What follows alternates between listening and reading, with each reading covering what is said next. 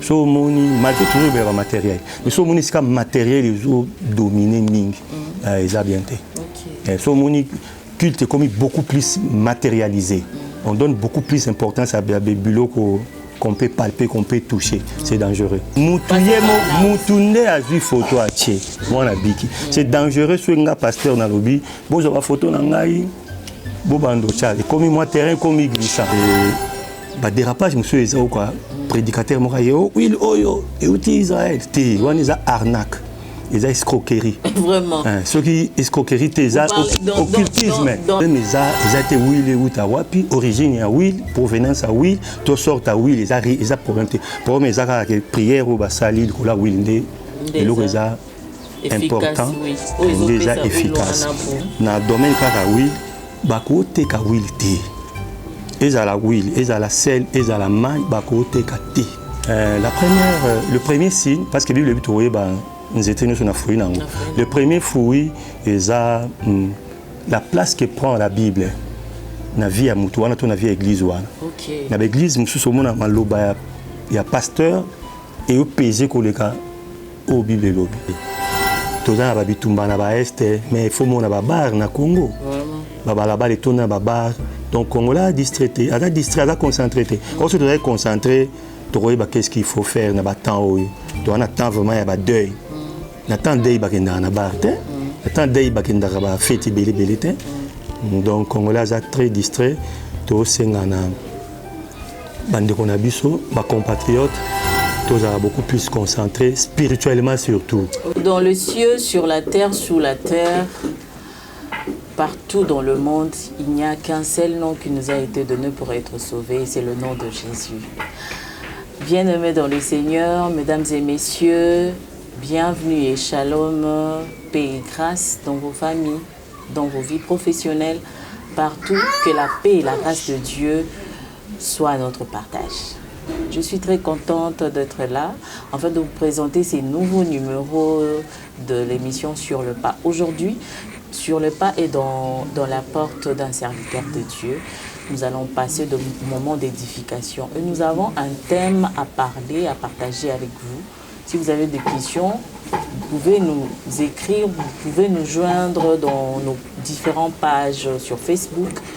Vous allez nous contacter dans les différents numéros qui sont affichés sur le bas de vos écrans. Vous pouvez nous contacter. Voilà, je tiens à remercier tous ceux qui nous suivent de partout dans le monde. Je n'oublie pas Papa JD, Maman Kadi, Maman Sylvie, Maman Grace Maté, le monsieur Mustapha Kobangue depuis les États-Unis. Je n'oublie pas Maman Irène Bomenga, Paris, et Maman Gertrude aussi. En tout cas, que Dieu vous bénisse, mais avant tout, je demandais un transfert à mon réalisateur, Mustapha Malembe, que Dieu te bénisse et on se retrouve tout après, juste après ces transitions, on va se retrouver pour continuer et je veux vous présenter l'invité du jour.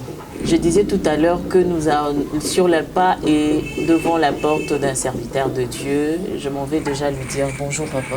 Bonjour maman Eliane. En tout cas, nous sommes très contents de vous recevoir dans notre émission Sur le pas. Nous sommes très honorés. Moi également, je suis ravi de votre présence. Je dirais que c'est moi qui suis honoré. Ok. Merci papa. Batou Soki Bakoko Yeba. Vous êtes qui? Votre nom? Votre église? Si vous pouvez un peu nous parler de vous. Bon, je m'appelle Ghislain Longy. Je suis apôtre des ministères. Oui. Notre église, c'est l'armée du temps de la fin. L'armée du temps de la fin. En sigle ATF. Ça se trouve ici à Kinshasa? Oui, à Kinshasa, nous sommes dans plusieurs communes. Oui. À l'intérieur comme à l'extérieur du pays, nous avons aussi des extensions. Ok. L'église est dirigée par les prophètes Hosanna Mwanza. C'est lui le représentant légal international. Il dirige toutes les églises. Donc vous n'êtes pas le représentant? Non, lui c'est le représentant légal. Moi je suis à l'église d'Injili. Ok, au quartier 7. Quartier 7. Quartier 7. C'est aussi la plus grande église. D'accord. De Kinshasa? Oui, oui. Ok. Église centrale Nabino Ezawa. Yangoana. Yanjili à 7. Ok.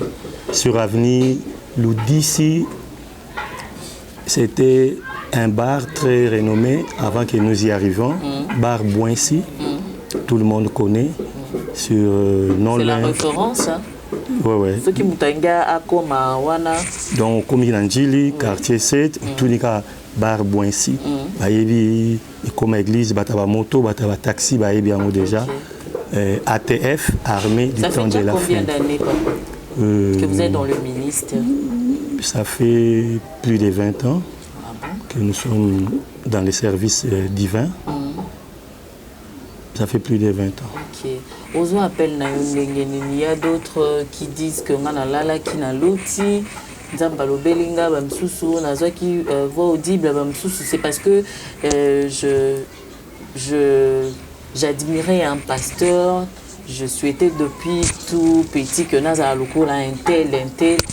Il y a eu appel et comment vous avez su que vous êtes appelé au ministère? Bon, pour ne pas gaspiller le temps, la télé c'est le temps. Oui. Et d'abord, nous avons l'église. J'ai parti à l'église, prié.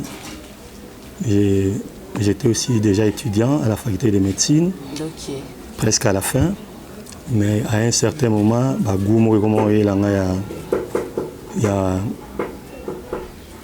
servir. Pas comme ministre, comme tout chrétien. D'accord. Là, vous avez déjà reçu Jésus? Ouais, déjà, là déjà. Ok, d'accord. En servant, en excellant dans les services,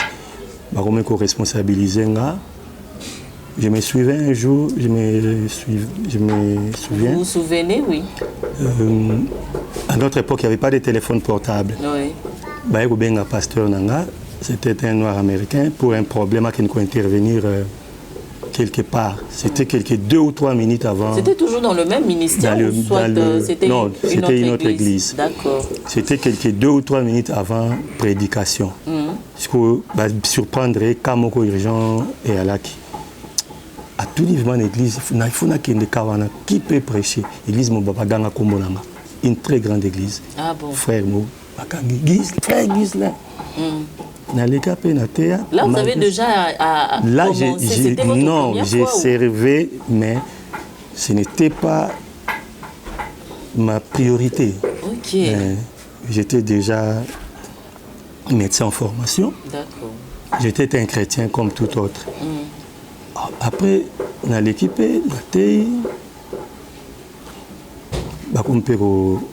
pour apprécier, qu'on utilisait un peu. Quelques 2 ans plus tard, on a une vision extraordinaire. Dieu m'a dit de ne pas dire aux gens. Mais j'ai pas dit. Que je devais les servir. Après ça, il y a des détails, il y a des difficultés que on a rencontrées. Alors, c'est un je me souviens, je me et Bangisanga Makasi.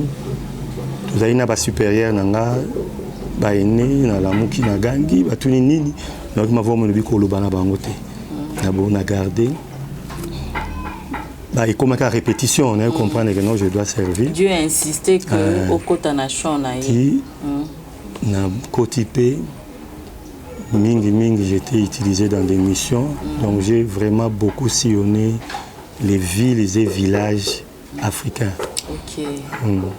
Donc, na wana petoro koma au betela biso mamuke mais lelo vraiment te plus un thème oyo ezapi très édifiant. Le thème est que l'utilisation de l'huile, du sel et de l'eau dans des différents services de guérison ou de délivrance. Pour na thème wana yo kiangonde un mot à dire si vous avez quelque chose à dire par rapport à ces thèmes. C'est un très bon thème. J'ai vraiment aimé parce que utilisation ou pratique non le bien comme ming et surtout comme il peut de façon abusive. Oui, tous sont même abusive. Sur internet, abusive, exagérée. Donc tu fais cette prière. C'est pas la thème mango.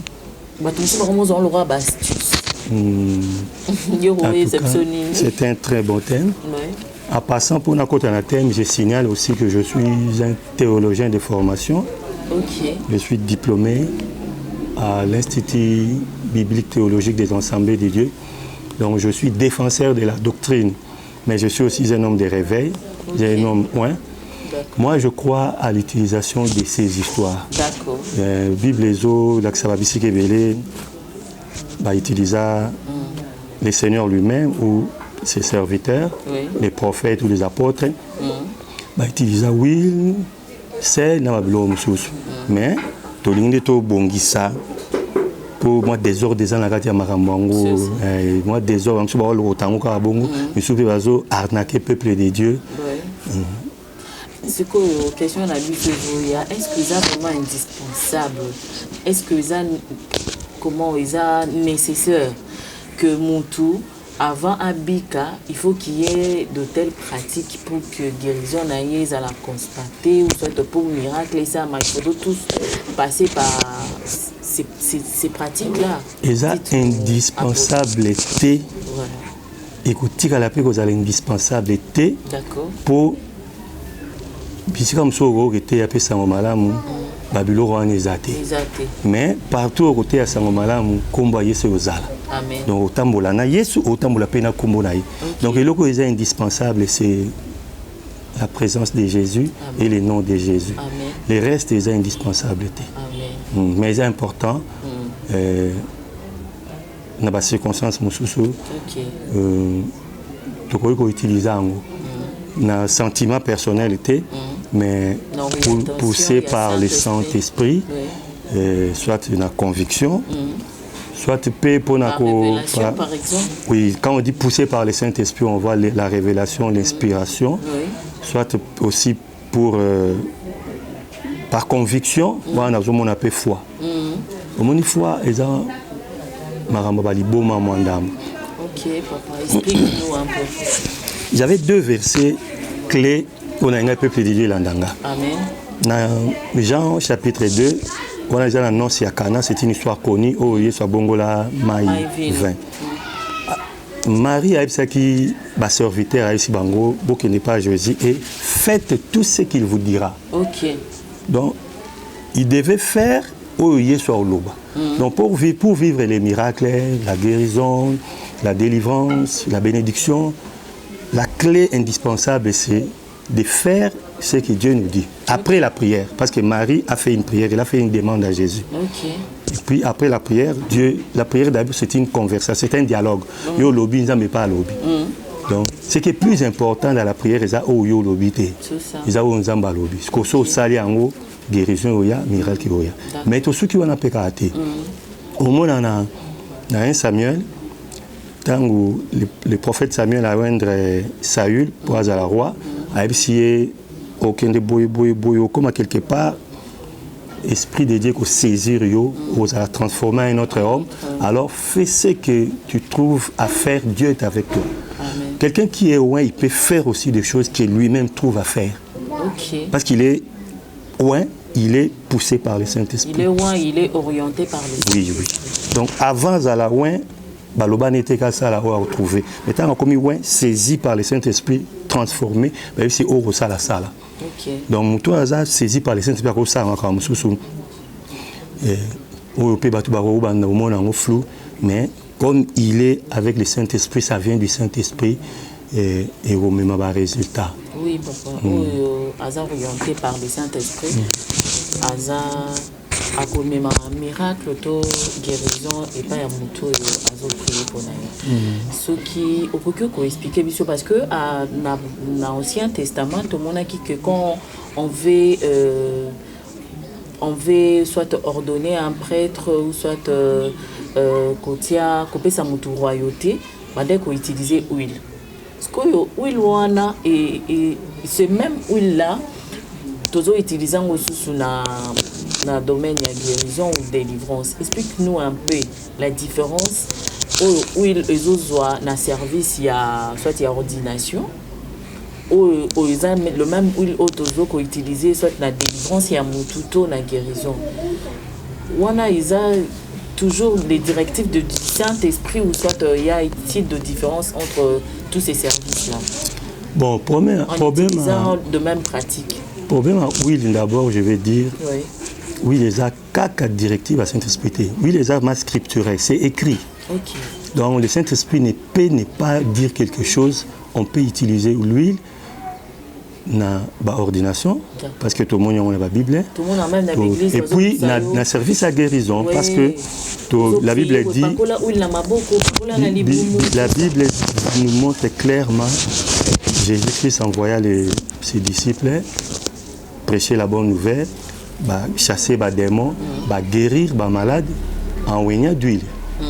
Dans Jacques Lissou, la Bible dit clairement si quelqu'un est malade, qu'il appelle les anciens de l'église, va prier pour naïe, va oindre l'huile. Donc, on les a écouté, ma Saint-Esprit a dirigé. C'est des écrits.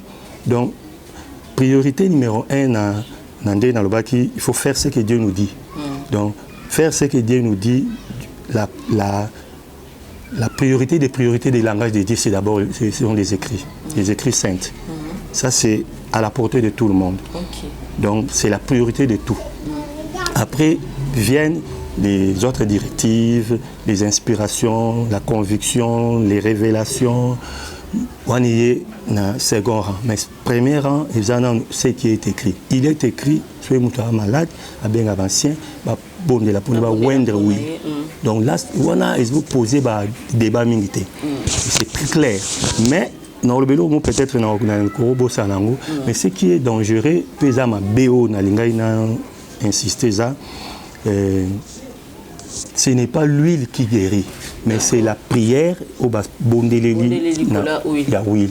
Bon, des plus importants. Huile d'olive, tout le monde a partout, dans la boutique, dans la ONG. Donc, moi, je passe na boutou. Je crois à ces pratiques-là. Est-ce qu'une personne peut aussi trouver sa guérison? Justement, je vais m'expliquer. D'abord, on a zone moi parce que tu as un intervenant qui. Quand la Bible dit huile, la Bible est sur une huile. Et résumé huile. Donc, on a insisté sur la Bible dit huile, donc il y a huile. N'importe quelle huile. Il y a huile. Parce que au monde, il y a des choses qui sont dans les villages africains. Qui sont dans l'Équateur, olive et zaté. Donc, huile, nous sommes huile, au salé lango. Au salé lango pour huile les élotés. Et là, comme ça, huile, moi, force na quatre prière au salé la huile. Donc, premièrement, huile, nous sommes au salé lango. Deuxièmement, dérapage, monsieur, prédicateur, huile, et outil Israël, on est arnaque. Ils ont escroquerie. Vraiment. Ceux qui escroquerie, c'est occultisme. Dans l'église d'aujourd'hui, arnaque et côté dans de telles pratiques. Au moment que pasteur Aye n'a pas Ulwana, azoté Kango en plein culte. Justement, donc, oui, le mot est outil quelque part. Ils ont intimidation, ils ont arnaque, escroquerie, voire même occultisme. Ah bon? Oui. Problème, ils ont été huile ou tawapi, origine à huile, provenance à huile, tout sort à huile, ils ont problème. Problème, ils ont prière ou basali, la huile, et l'eau est important, déjà efficace. Donc, deuxièmement, dans le domaine de la huile, bakote ka huile té. Ils ont la huile, ils ont la sel, ils ont la maille, bakote ka té. Ah bon? Jamais. Biso pas na biso. Tous à peine à maille, mais tous senga batu bauta na maille na baona bandako. Muto avec na maille té, à cause de maille pas protocolaire, à cause de libanda soit qu'il te déjà pour na dérangement, à cause de pas protocolaire, na prix normal où était comme libanda. Donc toujours ça commerce té, tout le capé bénéfice té. Je vais pas blinguer en gota bimi libanda sombi. Sauf na kawana au somba. Mais muto mo atombo li atie oui maille boile $10 pendant que tu dis que maille est à 500 francs.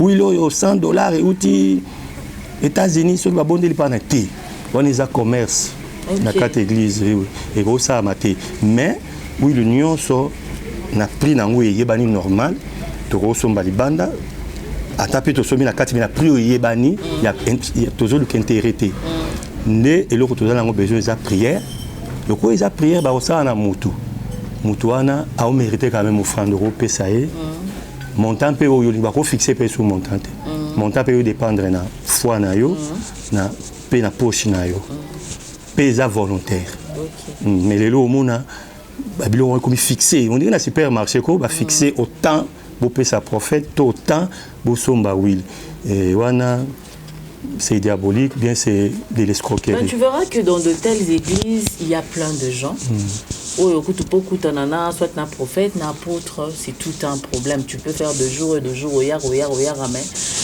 Pour au kota kuna, comme une mesure de grâce, mon roboui. Maramboane zo salama, yebisa biso na papa. Lelo yo batel pratique. O eza que avant kutana na prophète, to kutana na musala nzambe mon quelconque, peu importe ministère nae.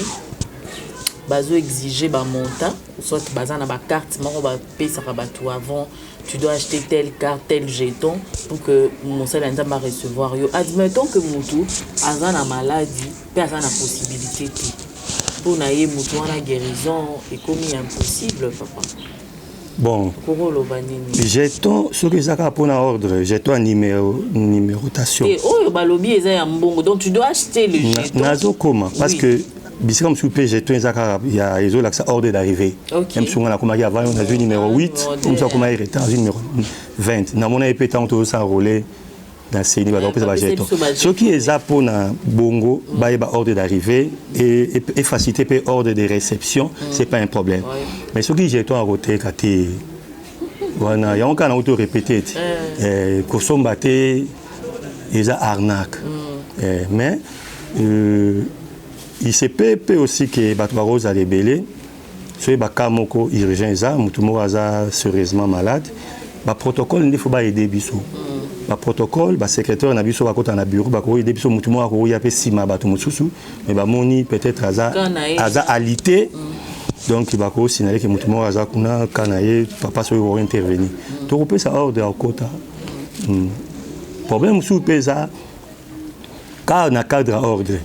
Okoya peka mbala moto mkuta ina apôtre pasteur to prophète l'église a ba serviteur rebelle moi et l'homme soupe ba fidèle bazo ko comprendre donc ba lingi kaka ba mona supposons que tu as 500 églises 50 personnes ba mona car dirigeant mais ils ont ba serviteur rebelle baza il faut passer d'abord par ba serviteur wana ba serviteur on a sui kana yo ba moni que ba on ba ko kangote ne ba o memango na maboko na biso. Mais bon, on va résoudre. Comment pas quand est-ce qu'on peut utiliser dans un service soit de délivrance ou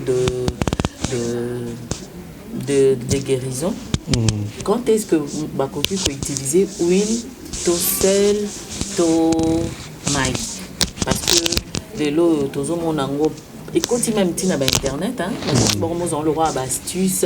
Tu as un problème de blocage, tu as un problème de mari de nuit, ou pour utiliser citron, ou pour utiliser mungwa, tu fais de telles prières à telle heure pour que mon maramnonion soit à la deverrouiller, ou qu'on m'a libre et tout. Et ça dépend de mon toit ça service. Dans le bien, dans 1 Samuel, dans le le prophète Samuel a dit le futur roi Saül a dit espère aussi saisir yo vous a transformé fais ce que tu trouves à faire eux dépendre de notre service soit à orienté na Kamoro Boyasa et la Sahel comme souper soit orienté à Tiki soyez pas eu conviction là sali tu es payé mon moni je dois être clair donc na cause à peine orienté n'a pas poussé par le Saint-Esprit mais ngai mo na moni parce que je suis un oint de Dieu na moni que quand on a sala bona sala bena sala pe aussi parce que et là on va foi OK na Babylone surtout utiliser ngo et ça pour communiquer message au moni na communication aux journalistes la communication les gestes parlent mieux que ba maloba au moni le prophète Élisa comme na mboka moko ma eza mabe mboka eza na stérilité asengi bango mungwa ba na mungwa tuni baluka source ya mai abwaki mungwa na source. En réalité ezaki message parce que le sel assainit le lieu. OK. Donc spirituellement, c'est les eaux représentées. Je vais y arriver. Oui. C'est les eaux assainir le lieu, c'est les eaux empêcher et l'eau au mot c'est corrompre pour là, c'est il peut sa goût saveur dans la biloko. Donc moi ils na goût à mabe, je crois c'est les dara et puis ça goût bien. On est un symbole nango. Les accords geste c'est symbolique, mais accompagner la prière, accompagner la foi et ça lit quelque chose. Donc Tolbaka a été inspiré. Donc il a communiqué un message. C'est tout un enseignement. Il a parlé dans des gestes. Les esprits ont compris. Donc, la communication par le geste et les œuvres, tu comprendras bien que les gens sont maloba. Peut-être à Danzala. Donc, le message est passé. Au moment où vous PC, à ce moment-là, vous comprenez que l'attitude a besoin de. Donc, na Babylone, on appelle les messages passent. L'eau c'est la vie, et c'est comme j'utilise l'eau dans le sens où comme l'eau représente la vie, j'ai passé un message d'esprit. Mais c'est que le plus important, j'ai fait ça dans le nom de Jésus. Pasteur Gislan, le ministère apôtre, vous avez eu à rencontrer, à être affronté dans la réalité et belée, dans la guérison miracle. Est-ce que vous possédez toujours avec la même façon, ou utilisera toujours de même pratiques, ou soit comment ça s'est fait? Il y a de témoignages, sûrement il y a de témoignages, dites-nous, pasteur. Bon, même Zambé a toujours à procéder toujours de la même façon. Lui, il est le même hier, aujourd'hui, tellement. Il est le même, c'est-à-dire en opération. Et il opère, il guérit toujours. Mais le modus operandi, donc la façon d'opérer change. Mais le résultat est le même. Il a guéri hier, il guérit aujourd'hui, il va guérir demain. C'est dans ce sens-là que Balobi a le même. Mais la façon d'opérer, la façon de faire, en tout cas, il change. Ce qui est commis coutume, on est commis charnel. Parce que le Saint-Esprit a ça la abandonné belé. Les lots même cas. C'est pour ça que vous avez dit. Ce qui est commis coutume, on est commis charnel. Commis charnel. Culte, commis. Bon, et commis cas charnel. Tout ce qui est charnel n'est pas occulte. Monsieur, ils appellent ignorance. D'accord. Donc, la grosse, même cas, la même maladie. On a eu conviction ça et la main, tout cet esprit va pousser dans ça et la main, mais l'obipé na ça et l'autre n'a imposé qu'à main. Mais même cas. Donc ce commis car na kanga bien l'eau moko et commis na baki charnel to bo mwana. Parce que tout le monde dans l'église nous na chaque culte to ebi que il faut na langilanga ya huile d'olive na chaque culte biso to ki église osombi maité faut mes maman na yo. Dans chaque culte, dans chaque service, il faut na mai nanga kaka izala pembeni pour que pasteur un mois asengara il faut to pakola soit mafuta na maboko soit to misopela mai nelongi tout ça. Wana siko eza coutume te. Bon. Wana omoni Zamba na ndenge abenga basali na ye. Et comment koyeba na ke non na telle église. Église Mont Sinaï, excusez-moi, c'est un exemple. Église Intel, église Boé, église Boé, église Nabino, comme maman chaque jour, on a personnellement condamné na ngati. Jaka baza bana maïle baza prudent parce que maman peut-être au 5. Mais je crois que ça me connaît pas maman yango pe moni ba utiliser en côté. Et ça la marque. Mais ouais maman qui azali ne ka prudent. Ouais maman qui ma fout azali ne ka prudent. On condamné pété bateau yo to église yo chaque de façon régulière bana maman et tout ma mafuta parce que ils ont lolenge beleza masola na basali na ye ils ont basali mususu nous avons dans des cas difficiles mais si ça tient pas ça les labo donc au condamné pour mes akaka que mayango na mafuta ngo ba osali la komba Yesu oui ça c'est bien bazo te kangote oui ça c'est bien C'est pour que moto au fond malgré ça la pratique auto. Est-ce qu'il est dans le bon? Comment reconnaître que bien que c'est écrit dans la Bible, parce que vous avez parlé aussi de l'histoire de Samuel et autres. Bien qu'Azo utilisé comment je peux dire les lots mais tu connais pas au fond là, est-ce qu'il est dans les vrais? Comment reconnaître que Azo Salela oui, Azo Salela Mungwa, il est dans les vrais ou il est dans le faux? C'est une très belle question. Comme Tanzan Mouké na opesata 3 signes ya Mike. Peut-être prochainement tu aussi la émission. C'est tout un enseignement. Émission pour na Kinshasa to na monde entier, ils appellent l'église soi-disant chrétienne mais fondateur to leader na ngobada déjà dans Moulili. Le premier signe parce que Bible trouvé nous étions sur na fruit nango. Le premier fruit est la place que prend la Bible. Na vie à mutu wana to na vie à église wana. OK. Na église mususu mona maloba ya pasteur et au pesé koleka au Bible lobby. So moni déjà bongo c'est dans les faux. Il faut maloba Bible za likolo ya pasteur. Pasteur aza mutu. Na 9 paroles na emoko pe ko boiter. Donc bakoyi peut corriger, bakoyi peut le sika boye. So assimiler andimi yango il est dans les vrais. OK. Mais so moni sika o Bible maloba ya pasteur, to livre mo boye songolo. Et a na valeur ko le Bible, to kokani na Bible. Ils a déjà faux. Très important. Deuxième fruit, so moni kombo mo boye. To mutu mo boye. Ba azat considéré, honoré, plus que Jésus, ou comme Jésus. Comme aujourd'hui, les gens utilisent déjà dans les photos. Utilisent de photos. Nazaki photo à papa, Natiakango, soit Natolo, Natiakango place d'Ando, Kapasi, Namoni Bamon. Et on a déjà problème, on a déjà le baptême. On a déjà ma foi. C'est toujours dans le même pratique. Et ça dans ma foi. Nous avons honoré serviteur. Ok, dites-moi. Tous les témoignages, Moutou, Agi photo, il y a pasteur. Na kamwa na zobe la photo moi na biki. OK. Dieu aussi peut utiliser ça. Omoni mutuyemo mutunde a vu photo a tché moi na biki. C'est dangereux sur nga pasteur na lobi bozo ba photo na ngai bobando chali comme moi terrain comme glissant. Au moins même na acte des apôtres. Comme au moins acte des apôtres batunde ba na ozo ba mouchoir. Ba tout isa na nzoto ya ba apôtre ba voyager nango ba et qui touché ba malade ba obika. Ils étaient apôtres ba na ba bozo ba mouchoir nanga ba katela ba mouchoir en disant que ce sont le manteau comme dans le temps de prophète Élie. Ozongi singaka na makamasi na lobaki. Soye bateki yango na prix oyo etekama libanda. Po ba aider bato mususu bazali nango te. Ya na problème te. Mais soye bateki yango po na commerce bazwa dans le commerce et un plus. Le mot commerce au landi il y a des intérêts, il y a des bénéfices.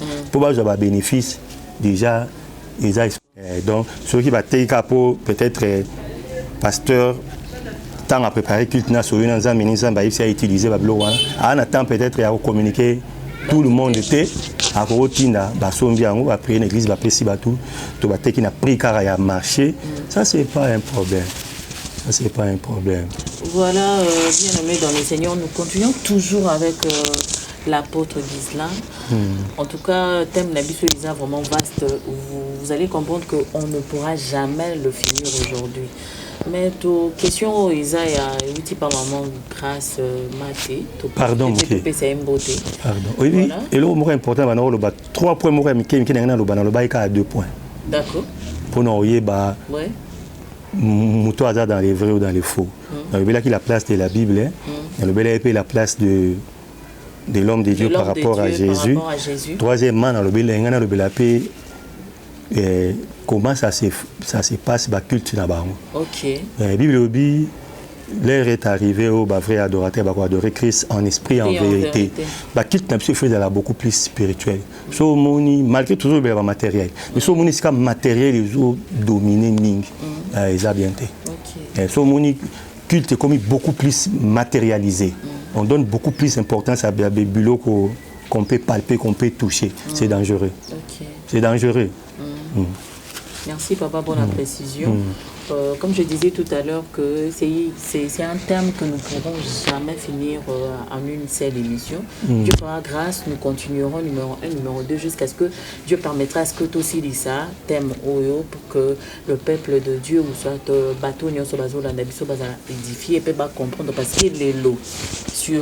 Qu'on se les dise sur Internet, tout le monde le roi en astuce, hein. Prenez du sel, mettez dans l'eau, lavez-vous avec du sel, voilà, faites le bain de purification, donc mutuna mutu azo zwango lelo azo kozwango, on dirait astuce moro boye. Or ma pratique on a spirituellement, peut-être ça peut être aussi nous compliquer sans pour autant aux alla enseigner, sans pour autant comprendre et l'autre ni les autres représenter ni que doit faire un chrétien la saison au Tozanango. Une question qui nous vient depuis Londres de la part de Maman Grâce Maté, que nous saluons, que Dieu vous bénisse là où vous êtes pour l'œuvre de Dieu. Nzamba accompagné à tout nibisu à l'obito tout nayo papa soto yambi olelo, tellement vous êtes dans ces services là de guérison. Tomoni que Dieu vous a vraiment oint pour ce domaine là. Il y a guérison, délivrance et miracle. Ba maladie le roi bambasu. Origine nango ezalaka nini? Lelo ba docteur Moussous Babima dernièrement moi-même je le regardais à la télé.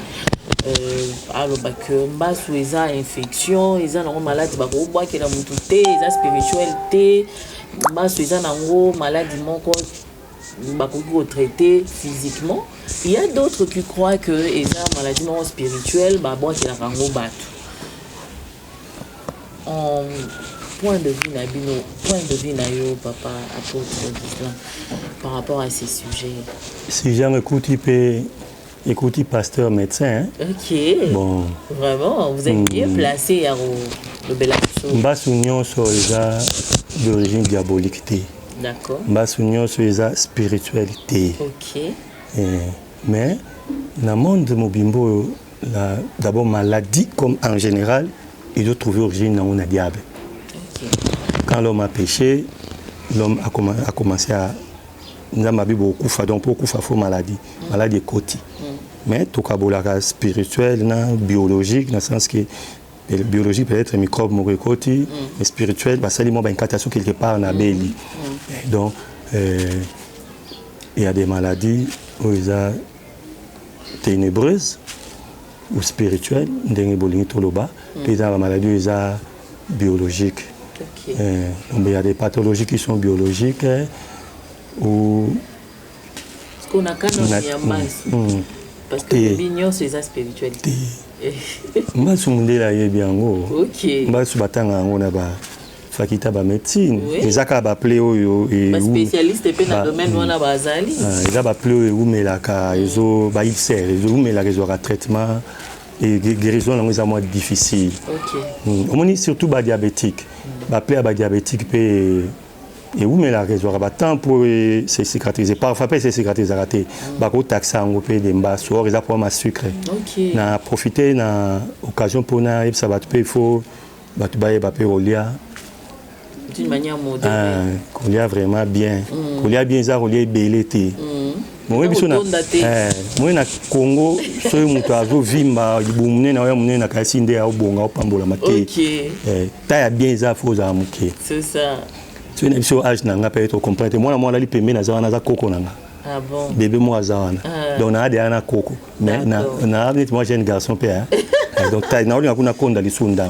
Les biso na Congo to lingi to vimbe belé to glutonique to oli belé, ça peut créer et provoquer surtout la maladie à sucre, la maladie liée à la graisse, donc les maladies cardiovasculaires, la maladie diabète, il y a type D. Bon, automatiquement, si vous avez un cas de sucre, on a potable, on a vraiment pour que ça passe. Voir que vous avez un colo. Donc, dans Kinshasa, tu as taxé en diabolique, mais il y a des ordres de mémélio. Nous croyons qu'il y a des mbasses diaboliques, ils appellent belé, comme on a Wenze.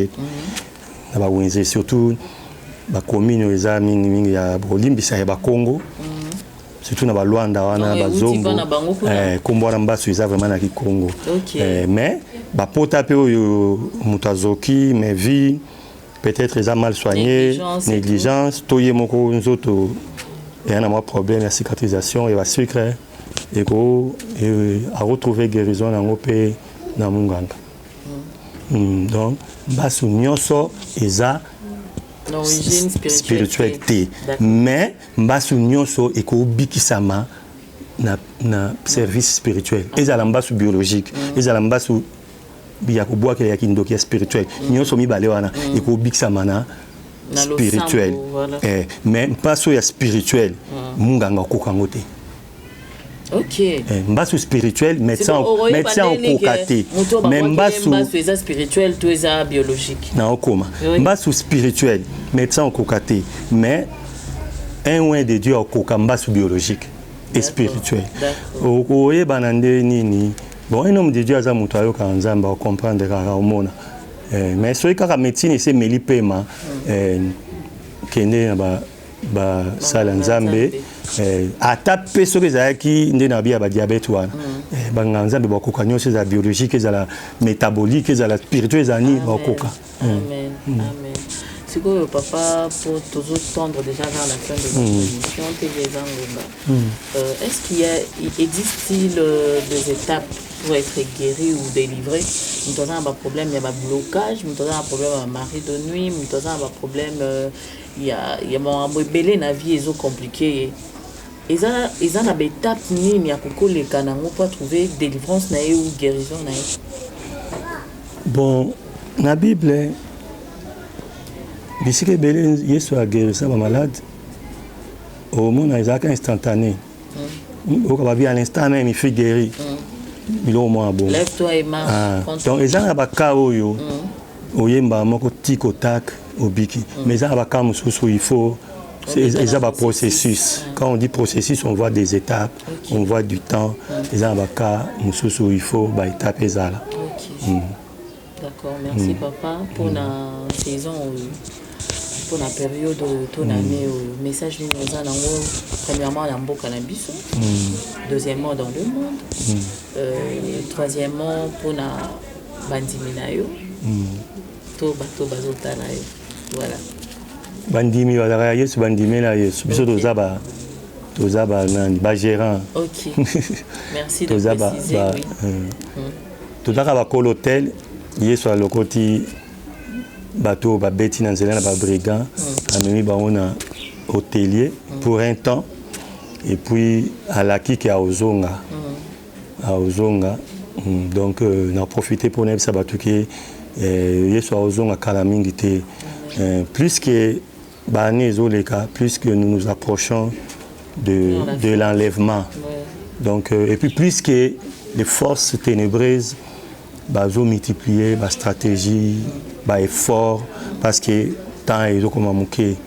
Bible dit dans Apocalypse 12 chapitre 10 11 chapitre 12 verset 10 11 12 que le diable est descendu sachant qu'il a peu de temps donc dans la kanda makasi donc bazo multiplier ba stratégie ba effort malheureusement biso en généralisé ba congolais ba chrétiens on dirait tous à distrait. Oui. Bato ba molili ba distrait. Mais église n'a peuple de Dieu n'a peuple congolais tous à distrait. Donc distraction vraiment des grands ennemis. Tous à vraiment distrait parce que ce muto a distrait qu'est-ce qu'il faut faire à tel moment. Et là comme ça ils a bien mais na tangwa nous ko sala ngote. D'accord. Kolamba ils a bien mais ça tang sou ils a olamba teza il y a au prier. Jésus kendaka na ndako ya Balazar akuti ba sœur ne mibale moko azoweila kolambela Yesu biloko moko ayiko yoka Yesu kolamba pe da kolambela Yesu pe da mabe mais Yesu ataka wa bale kolamba wana abinde kono alandi nzela bien azoyoka maloba bomo kolamba eza bien kosokola bilamba eza bien kotanga eza bien makamba bien ezebelego mais ko ça il est là nous sur attend nango. Donc monde à ténèbres et s'arranger pour na biso ba congolais tous ala beaucoup plus distrait tous ala ba bitumba na ba est mais il faut mona ba bar na Congo ba balaba les tona ba bar donc congolais distrait à concentré on se doit concentrer to ba qu'est-ce qu'il faut faire na ba temps tu on attend vraiment ya ba deuil na temps deuil ba kenda na bar Tant d'ay bakendaka ba fête belé belé te. Donc Congolais sont très distraits. Tous ces bande qu'on a biso, ba compatriotes, tous sont beaucoup plus concentrés spirituellement surtout. Dans la prière. Biso toko kende na guerre na mindu kité, biso toko prier. To mona Moïse na Aaron na ur na ngomba batumboli maboko. Josué na basoda kuna ba gagné. Donc biso toko bondela, FARDC na biso bako ba olonga. Biso toko bondela gouvernement peur za na sagesse ya ko kamamboka po social e bonga. Biso toko bondela bakulunu etondi na ba quartier. Et aussi, là, parce qu'ils appellent vraiment spirituel, bakuluna, ça venir en boca. Donc, tous à la concentrer, tous comprendre que tant ils ont ma baie vraiment ma casse, l'heure est grave. L'adresse n'a pas dit le quartier 7, avenue le 10, au tourni ATF ou armée du temps de la fin, au tourni bar Boinsi, toi Libanda, contact Nabiso, Yangamo personnel les a. Au code RDC, au Bakissine. Plus 243. 85 52 52 596. Plus 243 85 52 52 Lissoussou 596. Ils appellent à WhatsApp. Au Benga Air Nyonso. Tous avons un service na bino. Donc on prier de loin comme pour prier de près.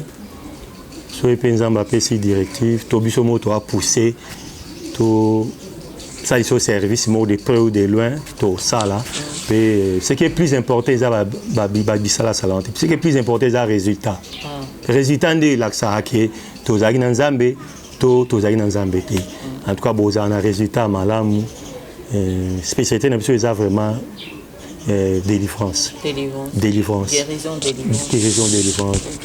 Donc, Zamba, Benga, Bisoto, Luka, Bato, Baza, faible, ou Baza, opprimé, ou Baza, emprisonné. Tout comme ça, tout le monde a cassé des hommes forts, des femmes fortes. Bato, Baza, qui dominé, Bakuma, dominé. C'est ça vraiment l'objectif. Que les faibles deviennent des forts.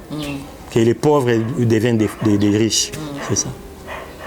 Voilà, je crois que nous sommes pratiquement à la fin de notre émission d'aujourd'hui. Sur le pas, on était devant la porte je disais tantôt on était devant la porte de l'apôtre Ghislain. À Yambibiso, on a parlé de l'utilisation du sel, de l'huile et de l'eau dans des différents services de guérison et miracles. Je crois qu'on a été bénis par son intervention. Et quant à moi, je vous dis merci. Mais avant de finir, je tiens à remercier les gens qui nous soutiennent de loin et de près. Que Dieu vous bénisse. Bisikagno, Sobozolanda Biso.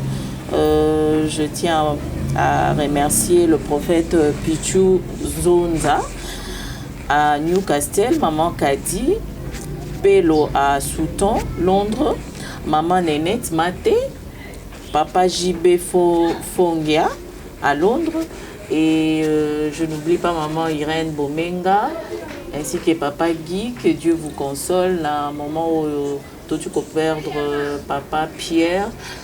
Que Dieu console le cœur de toute la famille Bomenga. Je pense à Maman Gertrude, Papa Émile. Je n'oublie pas ma mère, Maman Jeanne Avouni. De gros bisous à toi, ma fille chérie. Que Dieu te bénisse. Je n'oublie pas mon réalisateur, Monsieur Moustapha Malembe. Monsieur Moustapha Malembe, pluie de bénédictions et de faveur de Dieu sur toi. Quant à moi, je vous dis au revoir. On se retrouve très prochainement. Bye.